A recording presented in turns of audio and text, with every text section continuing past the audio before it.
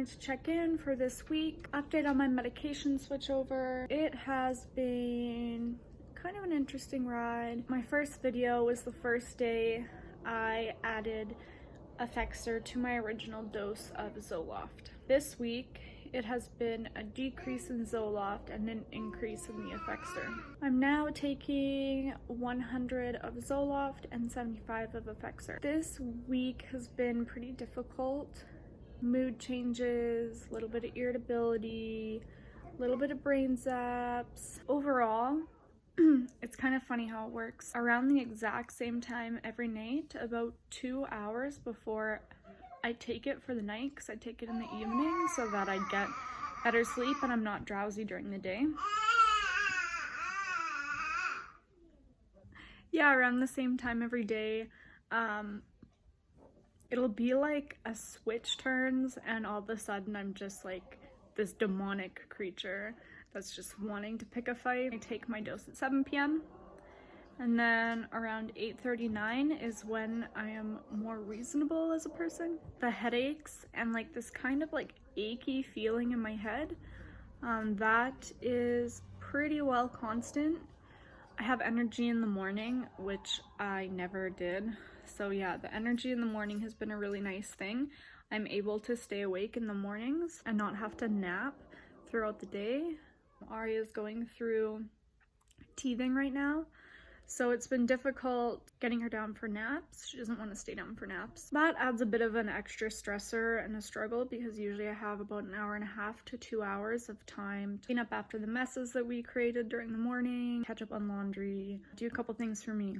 In 2 days from now is when the next change will be. I'm thinking from experience with effexor that change is going to be the hardest. Hopefully Marcus will be able to take a couple of days off of work, coming down on 50 milligrams and up on 37.5. That little missing bit is what really causes that pain in my head, the achiness. I just feel like emotionally wise, I'm definitely less in my head. I really do this thing where, you know, I make a list of tasks in my head and then I get super overwhelmed because I don't feel like, you know, I have it in me to do them.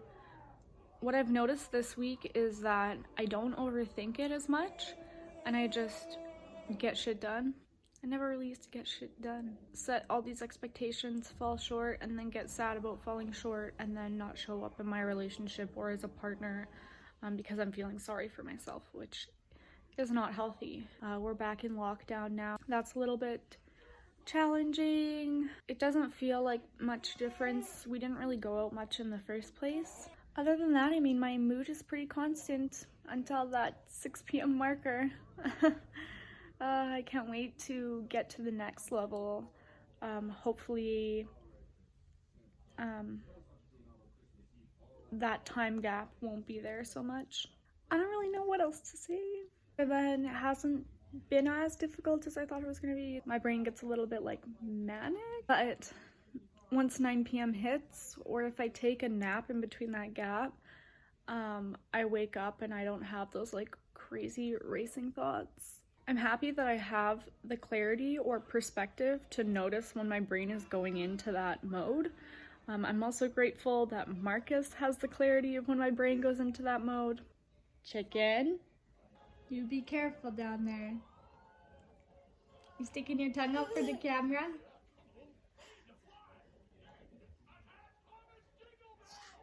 She's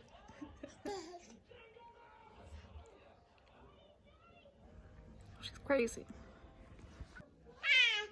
I'm grateful it's been a good passing week. That's all for now. I will update you on what next week brings.